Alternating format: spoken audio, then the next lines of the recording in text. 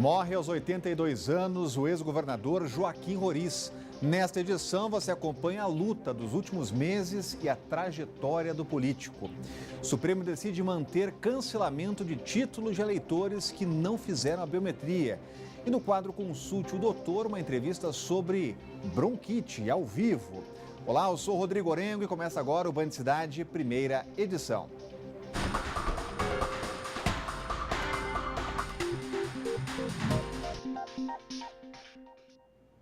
Morreu na manhã desta quinta-feira o ex-governador do Distrito Federal, Joaquim Roriz.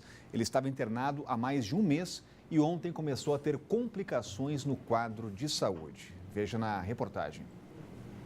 Já nas primeiras horas da manhã, a confirmação da morte de Joaquim Roriz. Aos poucos, em intenso clima de tristeza, a família do ex-governador chegou ao hospital em que Roriz estava internado. A gente está muito devastado, mas eu tenho certeza que não é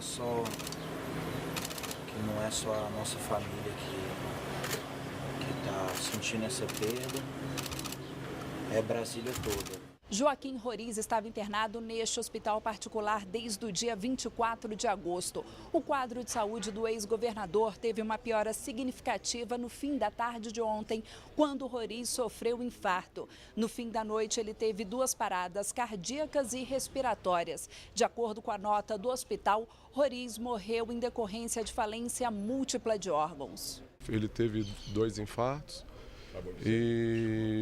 Mas ressuscitaram ele e aí ele veio a óbito agora pela manhã, por volta de 7h30, 7h40 mais ou menos. Desde agosto do ano passado, a saúde de Joaquim Roriz, que estava com 82 anos, dava sinais de fragilidade. Por complicações de uma diabetes, ele teve que amputar dedos do pé e depois a perna direita, na altura do joelho. A saúde mental do ex-governador também estava debilitada em decorrência do Alzheimer. Joaquim Roriz deixa a mulher Wesleyan, 3 filhas e 4 netos. O político de 82 anos estava internado há mais de um mês. O velório será no Memorial JK. E é para lá que nós vamos agora, ao vivo, com a Camila Lopes. Já está com a gente por aqui. Uma boa tarde, Camila. Boa tarde, Orengo. Boa tarde a todos. O velório para a família está marcado para as 3 da tarde. Já para as pessoas que vão fazer essa visitação e também para a imprensa, só a partir das 4 horas da tarde. Vai ser aberto ao público, as pessoas vão poder entrar exatamente por essa portaria que nós estamos, que fica de frente para a torre de TV. Eles vão seguir por uma área que vai ser totalmente isolada, vão poder passar pelo caixão e vão sair naquela entrada ali da porta que dá em frente à Praça do Cruzeiro. A programação que a gente tem é que o corpo vai ser velado durante toda a noite. Amanhã, por volta das 10 horas da manhã, vai ter um culto ecumênico aqui no Memorial JK e às 11 horas da manhã o corpo vai ser enterrado aqui no cemitério da Campo da Esperança, no fim da Asa Sul. A expectativa é que ele saia daqui em um cortejo do Corpo de Bombeiros que foi disponibilizado pelo governador Rodrigo Hollenberg. A expectativa é que o corpo de Joaquim Roriz chegue aqui ao Memorial JK um pouco antes das 3 horas da tarde. Orengo. Obrigado, Camila, trazendo as informações. E Joaquim Roriz foi o governador mais popular que o Distrito Federal já teve. Governou por 4 mandatos. Entre outras coisas, foi responsável pela expansão do DF, com a criação de várias cidades. A gente vai ver agora uma retrospectiva da vida política de Roriz. O ex-governador Joaquim Roriz nasceu em 4 de agosto de 1936 em Lusiânia, município onde começou nos anos 70 a vida política como vereador. Aqui no Distrito Federal, ele foi o governador mais popular da história. Comandou a capital de 88 a 1990, ainda indicado pelo presidente da República, José Sarney. Depois da Constituição de 88, que implantou o voto direto para a eleição ao GDF, voltou novamente ao cargo pela vontade da população. Em 2 mandatos consecutivos, de 1991 a 1999, e depois, entre 2003 e 2006, governou o DF pela 4ª vez. Roriz inaugurou a primeira linha de metrô da capital e a ponte JK, um dos principais cartões postais da cidade. Joaquim Roriz também foi responsável pela criação de várias das grandes cidades do DF, como Samambaia, Santa Maria, Recanto das Emas e o Paranoá, por exemplo. A despedida de Roriz da política ocorreu em 2010, quando tentava se eleger como governador pela 5ª vez. E a candidatura dele foi impugnada com base na lei da ficha limpa. Vários políticos lamentaram a morte de Joaquim Roriz, entre eles o atual governador Rodrigo Hollenberg. Em nota, ele diz que, assim como JK, Roriz ajudou a escrever a história da capital. Hollenberg decretou luto oficial por 3 dias e colocou o Palácio do Buriti à disposição da família, para que a população possa se despedir de Roriz e lhe prestar uma última homenagem. O presidente da República também lamentou a morte do ex-governador e, em mensagem publicada em rede social, Michel Temer lembrou as obras e realizações de Joaquim Roriz ao longo dos 4 mandatos como governador da capital federal.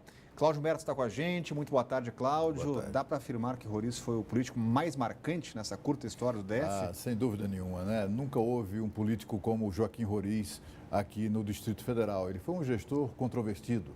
As suas ações, as suas realizações geraram muita admiração, mas geraram também denúncias contra ele. Ele era um gestor que tinha preocupações com a objetividade, né?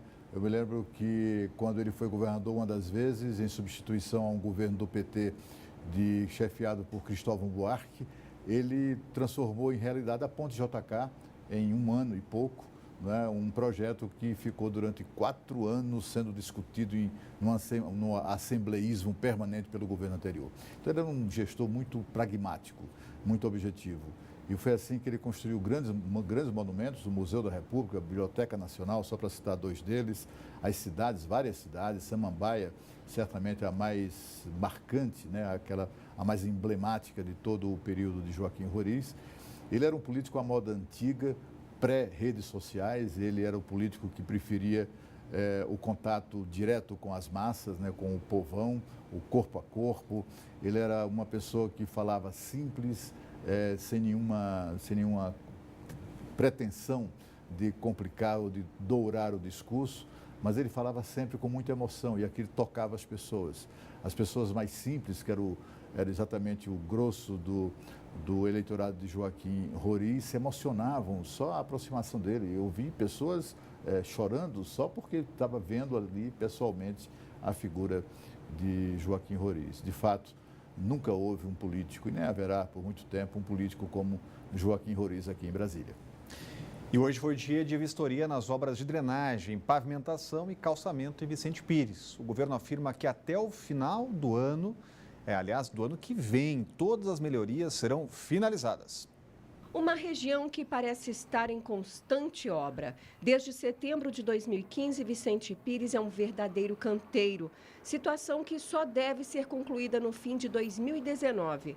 Hoje, em uma vistoria feita na Rua 1, próxima à pista do Jockey, o secretário da Casa Civil, Sérgio Sampaio, ouviu os moradores e também pediu paciência, principalmente com os transtornos causados pela chuva durante as melhorias. As pessoas têm que ter um pouco de paciência, porque nós estamos fazendo obras numa área já ocupada, que exige uma série de negociações, existem muitas vezes problemas técnicos que nós temos que solucionar e nós temos feito isso. Com quase 90% das melhorias entregues no trecho 3, os moradores apontam o que ainda deve ser feito. É a conclusão das obras, com meios-fios, pintura das vias, né? E a gente mesmo da associação sempre conversamos com o GDF sobre isso. No trecho foram investidos 34 milhões de reais em obras de drenagem, pavimentação e calçamento.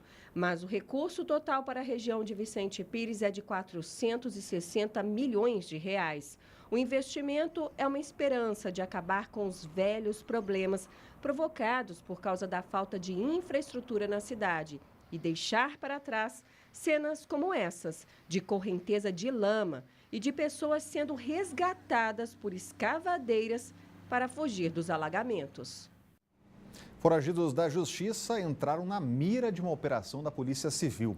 Nesta manhã, 36 mandados de prisão e 17 de busca e apreensão foram cumpridos aqui no DF e em São Paulo. Aqui em Brasília, os mandados de prisão e de busca e apreensão foram realizados em Samambaia, Taguatinga e Ceilândia. Os criminosos que entraram na mira da Operação Defense são os que praticaram tentativa de latrocínio, homicídios e mais de 100 roubos, tanto em casas quanto em comércios, ocorrido nos últimos 4 meses no Distrito Federal. E a seguir no quadro Consulte o Doutor, vamos falar sobre bronquite. O Band Cidade volta daqui a pouco.